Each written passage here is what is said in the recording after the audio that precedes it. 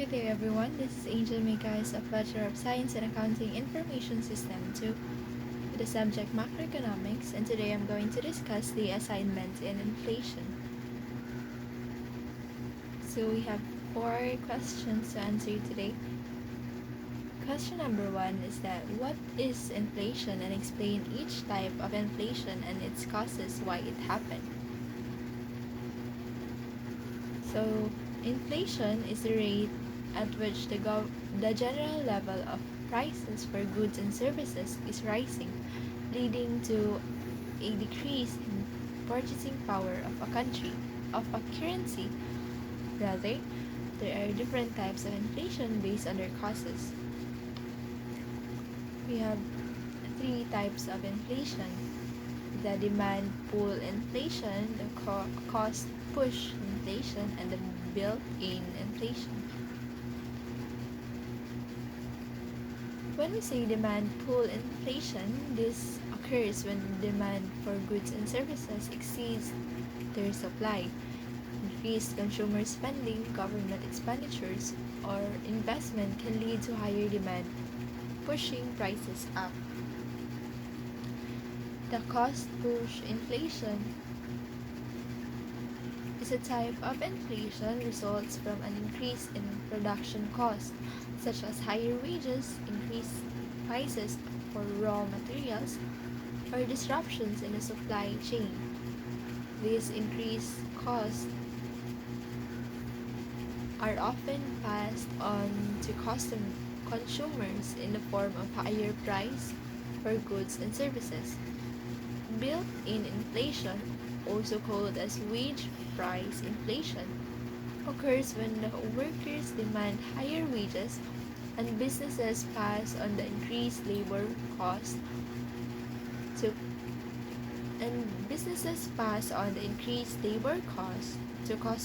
customers or consumers in the form of higher prices. The cycle then repeats as workers demand even higher wages to cope with the rising cost of living.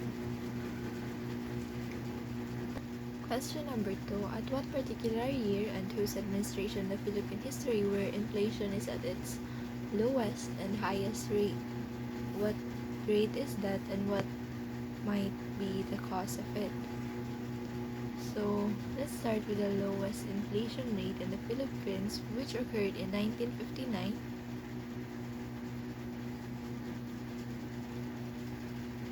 Which is recorded in negative 2.10. This is under the administration of Carlos P. Garcia, and the highest inflation rate occurred in 1984 under the administration of Ferdinand Marcos.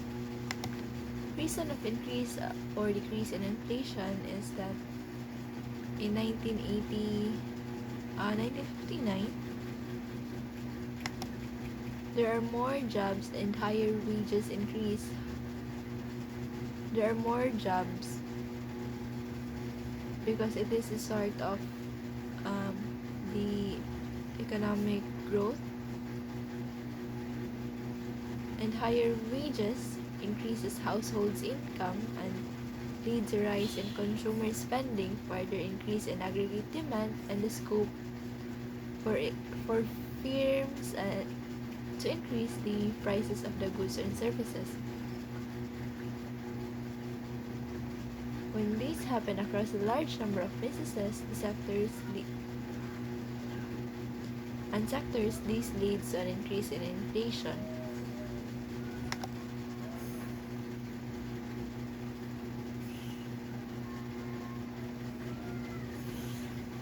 Question number 3.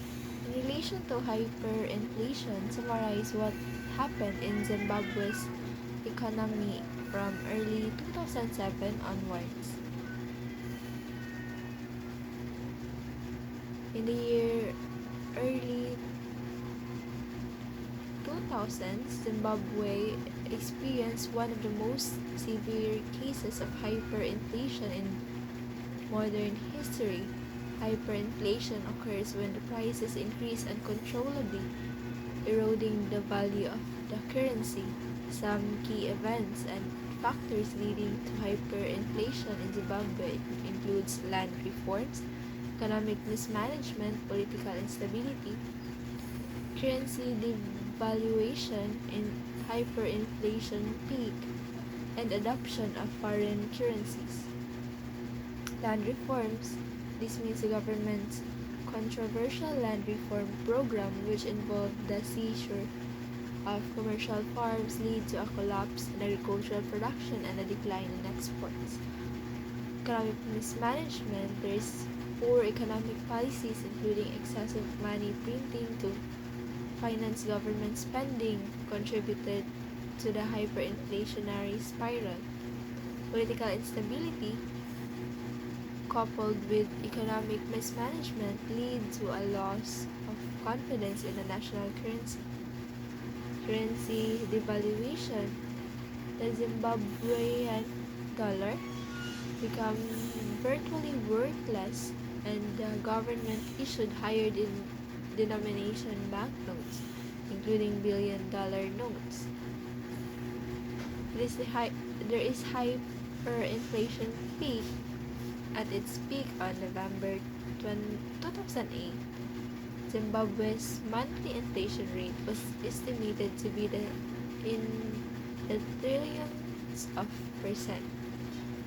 Adoption of foreign currency in 2009. Due to hyperinflation crisis, Zimbabwe abandoned its currency, and foreign currencies like the US dollar and South African rand were adopted for transactions. Hyperinflation in Zimbabwe had severe economic and social consequences, including a collapse of essential services, unemployment, and widespread poverty. That's all for this video. Thank you.